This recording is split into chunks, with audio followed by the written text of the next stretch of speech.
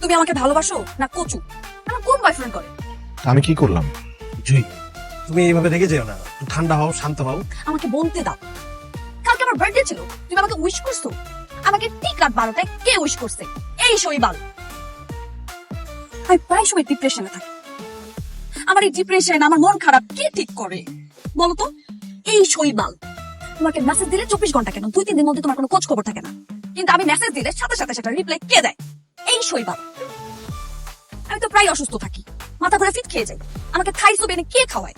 এই শৈবাল।